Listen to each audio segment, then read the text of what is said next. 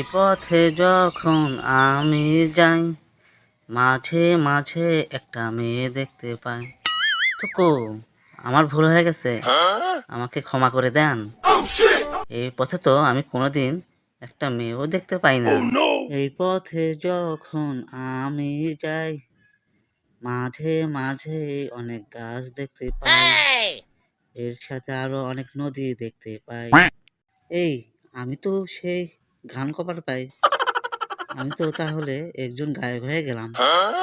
আমি তো সারা পৃথিবীর মধ্যে একজন সেরা গায়ক হবার পারবো। গায়ক হয়ে লাভ কি, পেটে যদি একটু খাবারের দানাও না পড়ে? ক্ষুধায় পেট একেবারে চোচো করতেছে। কারো বাড়িতে চুরি করা ছাড়া আমার কোনো আর উপায় নেই। যাই, সামনে একটা বাড়ি দেখতে পাচ্ছি, সেখান থেকে কোনো কিছু চুরি করে নিয়ে আসি। সেখান থেকে সে বাড়িতে যেতে লাগলো।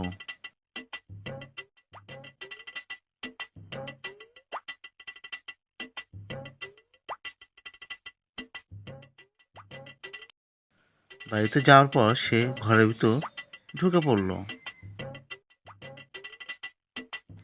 সেখান থেকে সে এক টুকরো মাংস চুরি করে নিয়ে দৌড়ে পালাতে লাগলো। এই কে রে, আমার ঘরের ভেতর থেকে কি চুরি করে নিয়ে যায়? এই দাঁড়া বলছি, আজ তোকে আমি একেবারে শেষ করে ফেলবো। এই বলে লোকটি শেয়ালের পিছনে দৌড়াতে লাগলো, কিন্তু লোকটি তাকে কোনো মতেই ধরতে পারল না।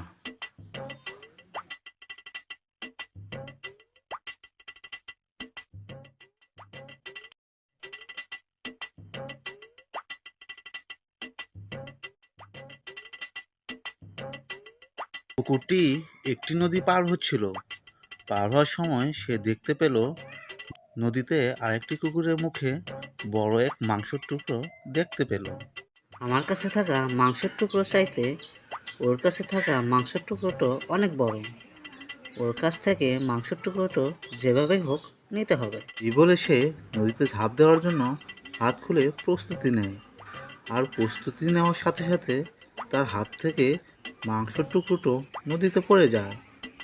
আর পড়ে যাওয়ার সাথে সাথে নদীতে ঢেউ উঠল। আর সে তখনই বুঝতে পারল যে এটা মাংসের প্রতিচ্ছবি ছিল। আরে, এটা আমি কি করলাম? বড় মাংসের টুকরোর আশায় ছোট মাংসের টুকরোটাও হারালাম। আমি বেশি লোভী হয়ে গিয়েছিলাম, এজন্য সব হারিয়ে ফেললাম। আর সে তখন সেখানে বসে কাঁদতে লাগলো।